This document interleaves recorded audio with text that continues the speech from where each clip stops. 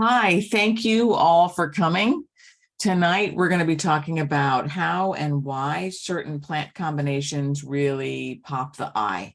We will dive deep into elements of pairing so that we understand A, what we are looking for, and B, why we like what we like. Hopefully, you will get some ideas for spring and beyond. I am Caitlin. I can't even say my own name. I am Caitlin Frankie Boyle, owner of Dirtiva Gardens, a full-service landscape design firm in Chatham, New Jersey. I specialize in naturalistic gardens, largely because I love unexpected garden moments that stop me in my tracks. Where you walk into a forest and it's all a surprise. It's like, wow, that's fantastic, as opposed to something that is sort of obviously fantastic, like a perfectly planted English garden, though I do love those too. Anyway, unique plant combinations have that power. So artful combinations really make two plants greater than the sum of their parts. It's just like when wine is perfectly paired with food, it becomes a whole other experience, altogether. I still remember my Christmas Eve dinner at Jockey Hollow Restaurant in Morristown. It was sublime, and it was all because the wine brought the food to a whole new level. And pairings really are what design is all about, which things go together and make a statement. And landscape design is like any other design. The closest I can think of is interior decorating. You analyze the same elements: color, texture, flow, utility. I like to call what I do exterior design. One of my decorator friends put it simply, I do the inside, she does the outside. Today, we're going to look at key concepts for combining plants, as well as go deep on 15 plant combinations. Most of the combinations are from my projects, but I have also culled some of my favorites from friends and websites. The cornerstone of garden design is contrast. When there is a sea of sameness in a bed, you really can't see the individual pieces. It all looks like one big green blob. When the shapes and sizes and colors contrast off each other, it helps make the plants viewable. It also makes it enjoyable, as those combinations excite the eye. This picture is a good overview of different ways that plants contrast. Here, look at the two plant shapes on the left. The iris is vertical and sharp. The phlox is mounded and soft. The boxwood has small round leaves, and the hosta behind it has large ones. That's a very easy and satisfying contrast with the small with the large. It just pops every time. All the colors are complementary on the color wheel. So this one is a masterclass. Almost everything in here is green, and yet the textures and the leaf shapes make it as interesting as any big color garden. From the toothy leaf of the astilbe on the upper left, to the heart-shaped leaf of the brunera on the lower left, to the feathery fern on the upper right, and the spiky pulmonaria in the middle. I mean, this is what we're going for. This is not mine, although I wish it was. I didn't get my head around this kind of contrast until about 5 years ago.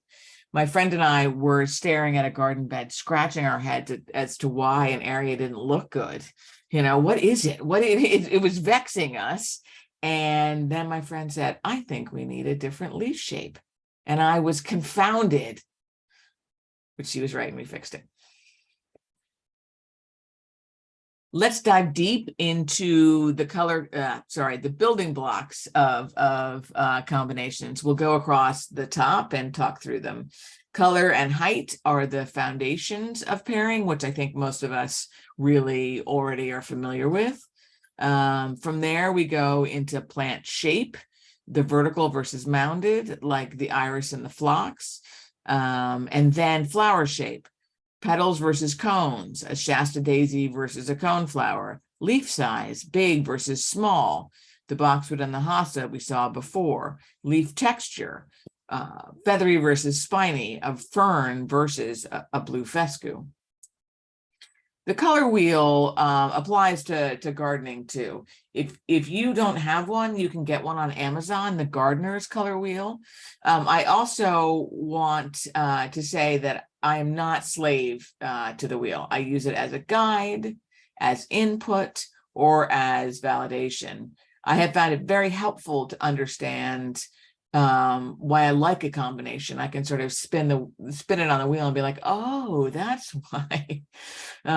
We have talked a lot about contrast so far, and those color schemes, but there are also harmony ones, the monochromatic ones. My friend did a great monochromatic garden, which we will see later on. It is very, very soothing. The names of the color schemes are not very intuitive, which has always bugged me.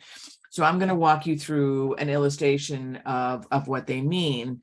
And so we're going to start with blue violets. We're going to do a pretend matching, which I think is helpful.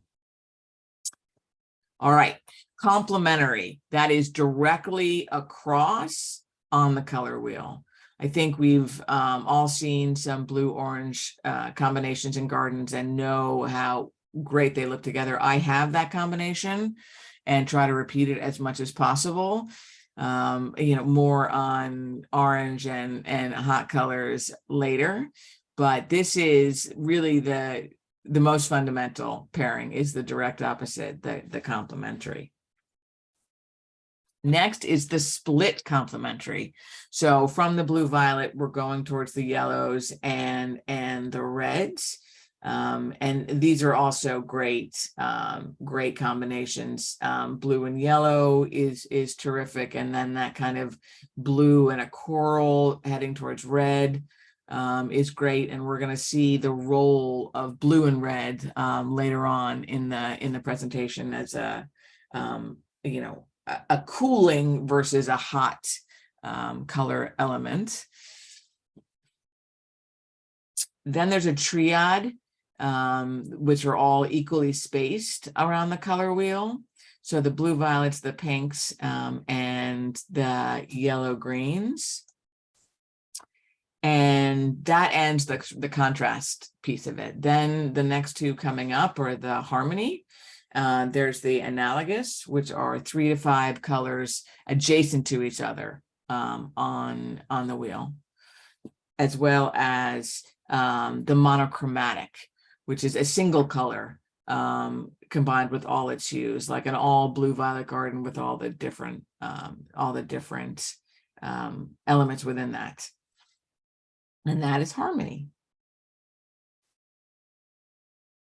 Other color schemes, can be grouped into hot versus cool. Hot with the reds, the yellows, the oranges, and the blues, and the grays and the whites of a cool color scheme.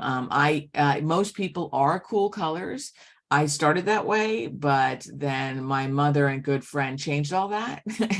And wait till you see my friend's blazing red beach wonder coming up. Height. All right, the standard rule is really all about viewability. So low in the front and high in the back, so you can, see what you're looking at.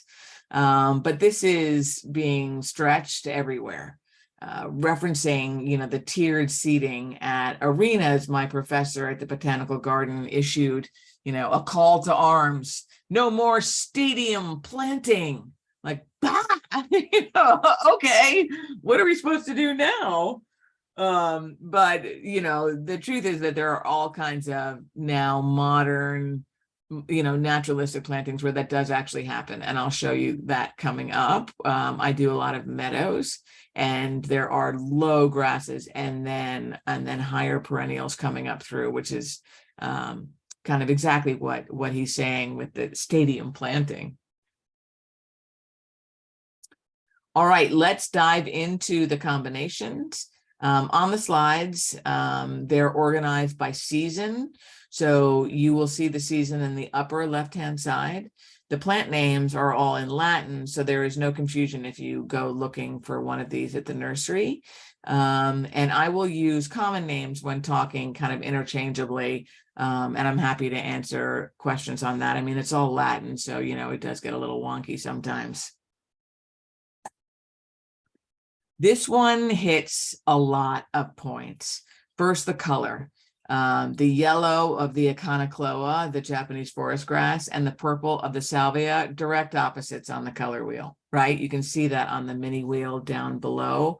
It's textbook. And then there's the height. The grass is low and spills forward. The Salvia is taller and shoots right up through it. Then the plant shape. The grass is mounded and the salvia is vertical. I mean, this is sort of right out of the the combination class in school, and it's great. I mean, it's the kind of thing that has stopping power. Like you couldn't really walk by that without turning around. It's not mine. I wish it was, but you know what? I'm going to put it in someone's garden this summer. This one is not as intentional as the one before. This happened more organically. I should say that this was in my garden. So it's a bit more of a mess. So it's not as intentional, and it kind of came together as a bed often does, with certain things dying and new things coming in. And then one day I walked by it and it just blew my socks off. It is literally all over the color wheel. There's complementary colors, there's analogous colors. The deep purple of the Salvia marcus and the ice blue of the blue fescue is a fantastic combination. Then you add in the orange of the Southern Comfort heuchera or coral bell, and the yellow of the Echinocloa, and your eye just has plenty to feast on. I mean, you can kind of go around and around in this bed and still see something different each time. For texture, we have the spiny leaves of the fescue and the soft leaves of the Echinocloa, with the wide leaf of the heuchera and the pointed green leaves of the hellebores in the background. I mean, maybe it's its own little masterclass. Maybe I'll just take that credit right there. And this is to say that plenty of good combinations are accidents. So don't be afraid to roll the dice. I put this in here because it feels like we all have a dwarf Japanese maple or an Acer at our house or at our neighbor's house. And with few exceptions, they just sit there. But when they're paired with other colorful plants, they pop. So here I put a periwinkle blue salvia and a variegated yellow iris next to my maple. All of a sudden it got interesting, right? Like all of a sudden it was like, oh, hello. now there's something that's actually happening. I also use Nepeta to pop these in planting. So the gray and the purple of Nepeta really bring the red out. I think it's better when it's red. When it's like muddy, it just doesn't do anything for me. The plant shape is also key here. We've got the mounding maple and then the vertical salvia and iris. Now, hydrangeas and ferns are a classic combination, especially white hydrangeas like these oak leaves. I also do this combination with Annabelles. First, the color combo of green and white is just so clean and crisp. And then you have the leaf texture. Here, the oak leaves are big and broad, and the fern is feathery and light and just seems to flutter up to the hydrangea's blooms. And what I like about this pairing is that it's not unique to this hydrangea and this fern. Hydrangeas and ferns in general work well together because hydrangeas do tend to have larger leaves and they're a deep green, and they contrast well with the fern foliage. So it becomes something somewhat universal, which is kind of what I'm hoping to get to, in this presentation and in life, which is to give sort of tried and true tricks that you can just replicate wherever. So I was just at a talk about Black flowers and plants with my garden club, and all of a sudden it hit me why this contrast is so good. The blue agastache in the back, kind of blurry on portrait mode, is actually a Black plant. I mean, I guess the name Black Adder should have been my first clue. But so look at the stem and you can see how dark it is and how it actually is Black. The blue shoots out from there, contrasting so well because it's, blue and Black make great partners. My epiphany was the white Shasta daisy, how it jumps out because it has Black behind it, literally an unexpected Black and white combination. Like I think of Black and white as, I don't know, tile or something else. And yet here in this perennial bed, we're having that Black and white pop, which was just really kind of fun to discover and to see. I like trying to unpack why certain combinations are really working well, and stumbling across that actually being a truly Black plant, which I could have figured out from the name, was, really satisfying. So you'll see, as I mentioned before, I'm trying to give some broad combination ideas to kind of, so we can get to like a turnkey solution to a lot of this stuff. There are whole classes of plants that look great together and that you can mix and match. So here is my first example that I learned from a talk when at the New York Botanical Garden where I study. Any flower with a daisy type head, a daisy, a helenium, asters, all look great with grasses. The grasses are airy and mounding, so the small plentiful heads of those flowers look like they can fit right in between each slender leaf. I mean, that's what I see. When I look at the analysis of why they work well together, it's like that's how I interpret it. I mean, it's important to understand, context and people's own individual perceptions. It may look a different way to somebody else. I just certainly know that they are so pretty together. And there's the plant shape too, right? Those daisy type flowers are always very upright. And then there's the mounding of that grass. And this can be replicated. So a rock is a perfect foil for many plants. Its dense structure, gray tan color, nooks and crannies are a gardening canvas to build on. Here I played off the rock by mimicking its roundness with round plants. So the blue fescue and the round balls of the Allium millennium are all in the same shape family. So when you look at the rock, it ends up all looking harmonious, right? Another way to do something like this is to play off the rock's denseness with lacy ferns. And still yet another way, which I also love, is really putting the rock back in, sort of natural context. And you can take native grasses like Deschampsia, tufted hairgrass, and put it around the rock. So it could be as if it was in its natural habitat, and then bring in some plants and really pop it that way. So a rock is a good thing to have if anybody has one in their garden.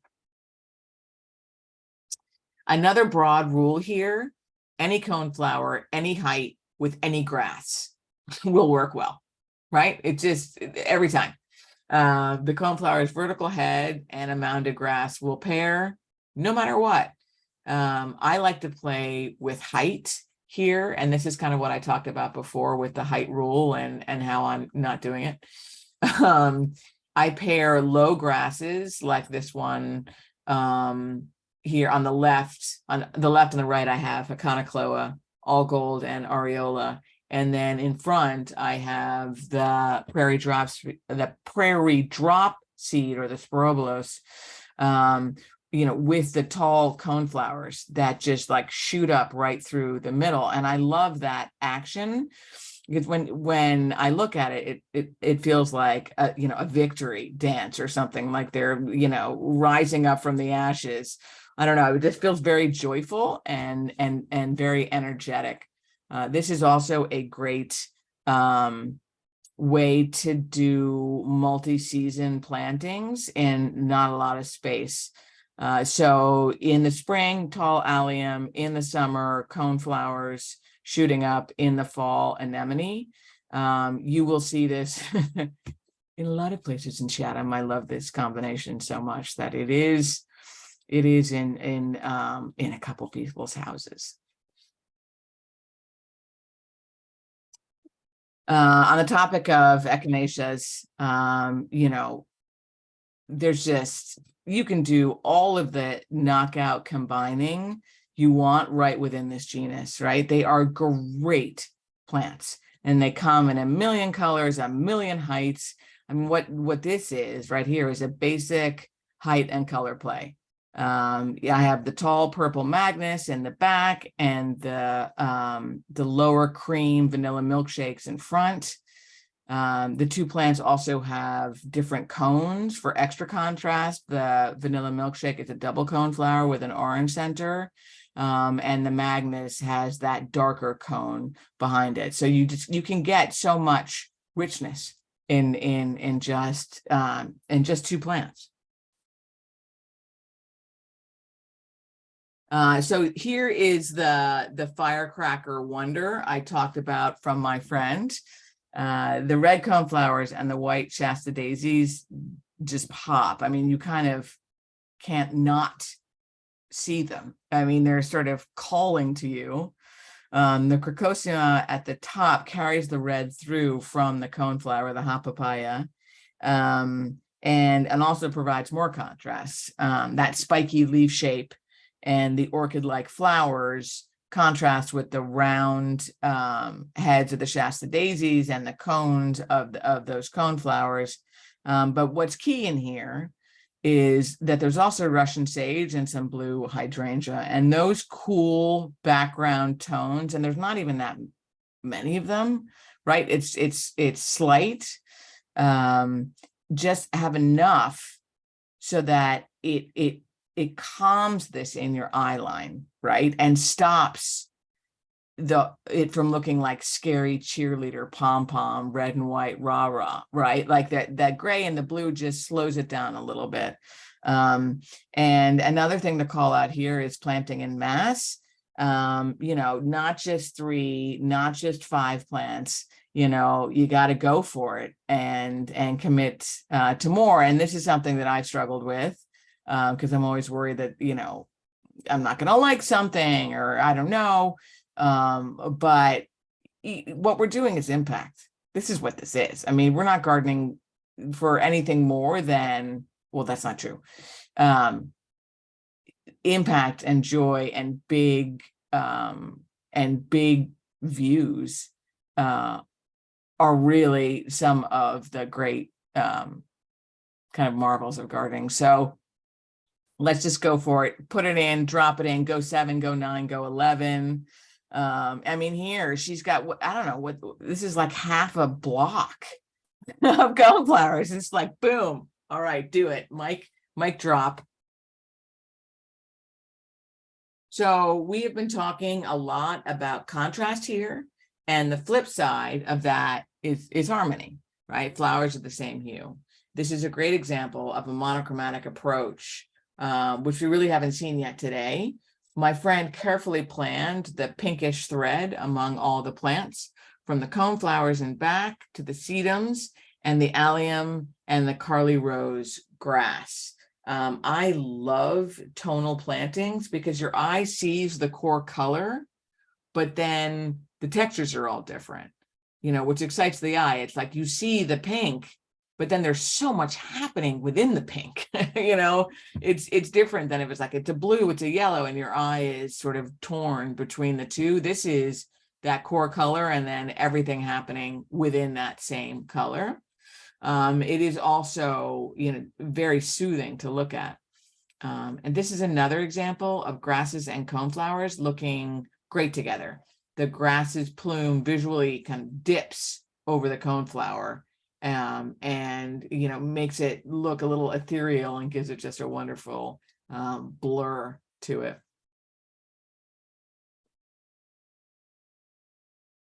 Mardi Gras in the fall. I love this great bold color statement with all the vivid colors of fall asters. I mean, the one on top is from a website, and the one on the bottom is one that I do at my house and for clients. What I love about the top one is how it brought in the yellowing foliage of the cornus, the dogwood. It gives the combo like a vertical structure with the messy asters kind of swimming around. I mean, asters are just phenomenal plants, but they are not well behaved. They flop, they climb around, but I think all of us are willing to put up with a bunch of that at the end of the season when we're craving color again. I have mine on supports and leaning over things. Oh God. And also a note, rabbits love asters, like love them, destroy them in milliseconds. So you have to be on your game.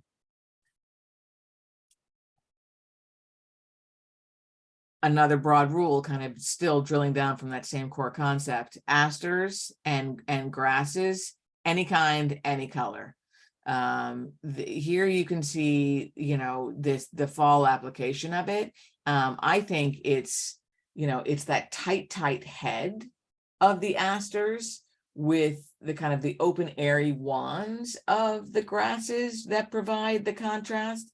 Like the asters could just slide into the air of the grasses plumes.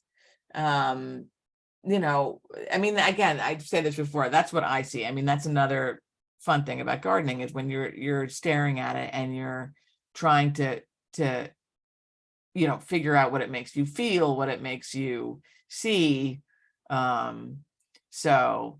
Curious to see what you guys see in that same scenario. Also, for color, the vibrant aster color plays off well against the muted soft grass plume.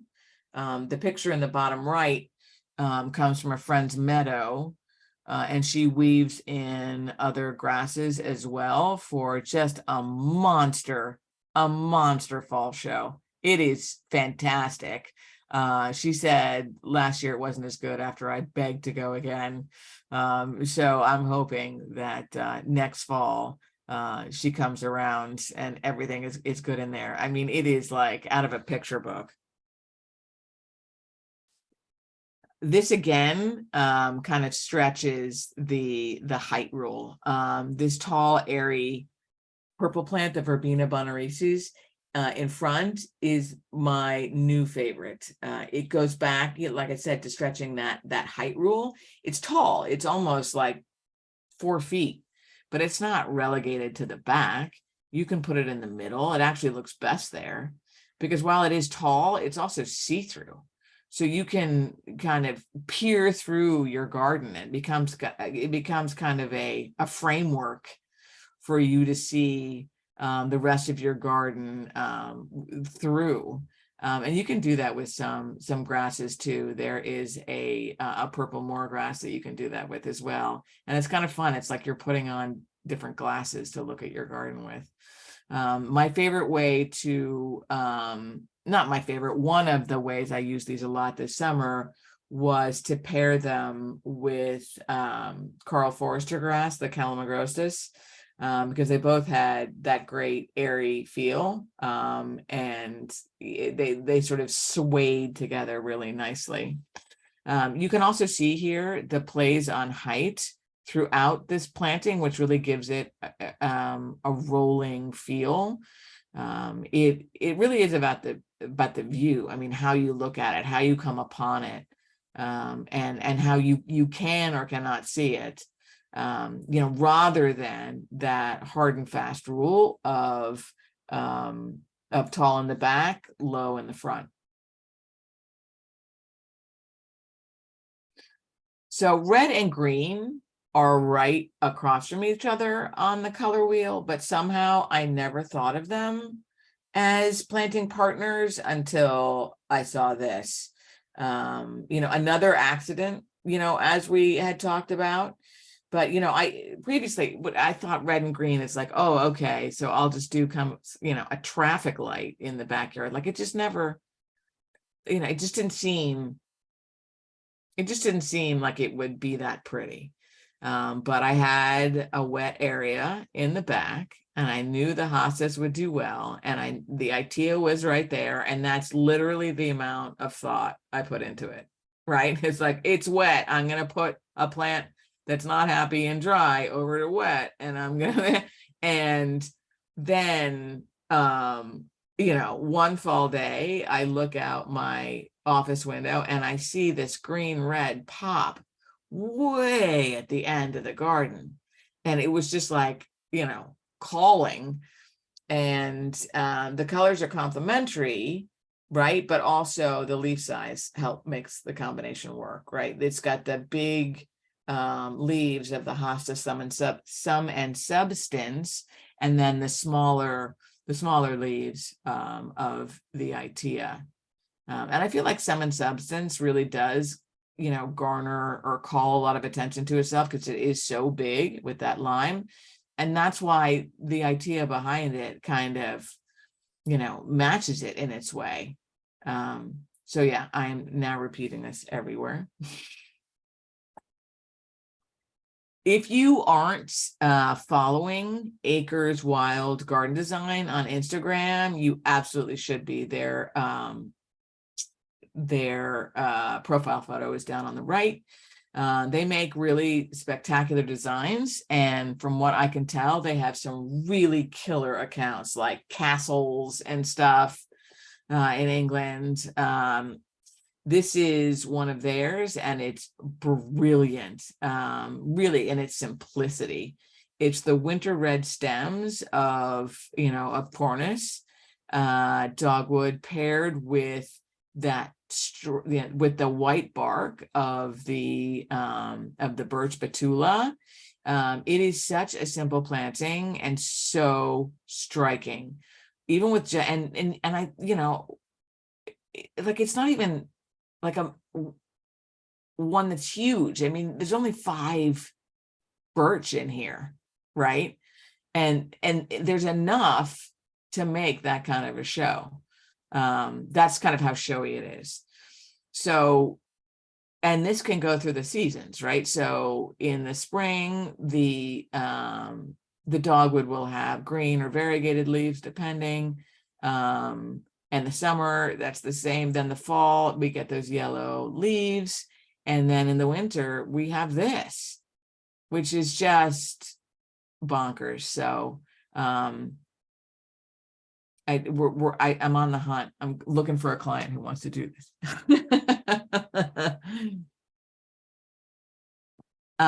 This combination to me is all about texture. We have the coarse small leaf of the climbing hydrangea, and the lacy leaf of the ghost fern, and the delicate hydrangea flower, which I love. It always looks like it should be in a bridal wreath. This is all green and white, but there's enough contrast so that you can see each element. It also is another great example of ferns and hydrangeas being really good partners. This picture I posted on my Instagram, and it went everywhere, and on Facebook too.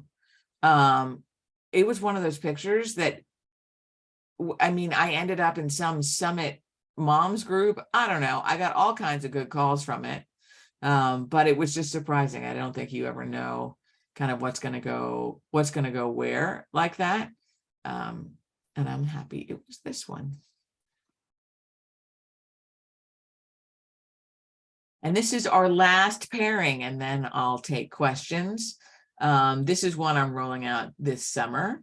I got the idea from a talk I went to. It is the deep red of Ligularia Britt Marie Crawford. I love Ligularia, love, because of the shape of the leaf. And then the limey yellow of Sporea Ogon, also known as mellow yellow. As well as the leaf texture and size, right? That's a big Ligularia leaf, and then that feathery Ogon texture, almost like an Amsonia Hebrectii, if you guys know that one. And I'm really excited. I've been eyeing this at the nursery for a long time, and now I'm excited to get it. So I'll keep you all posted on on how that combination does, but I have high hopes. All right, so I'm gonna move over to the questions section.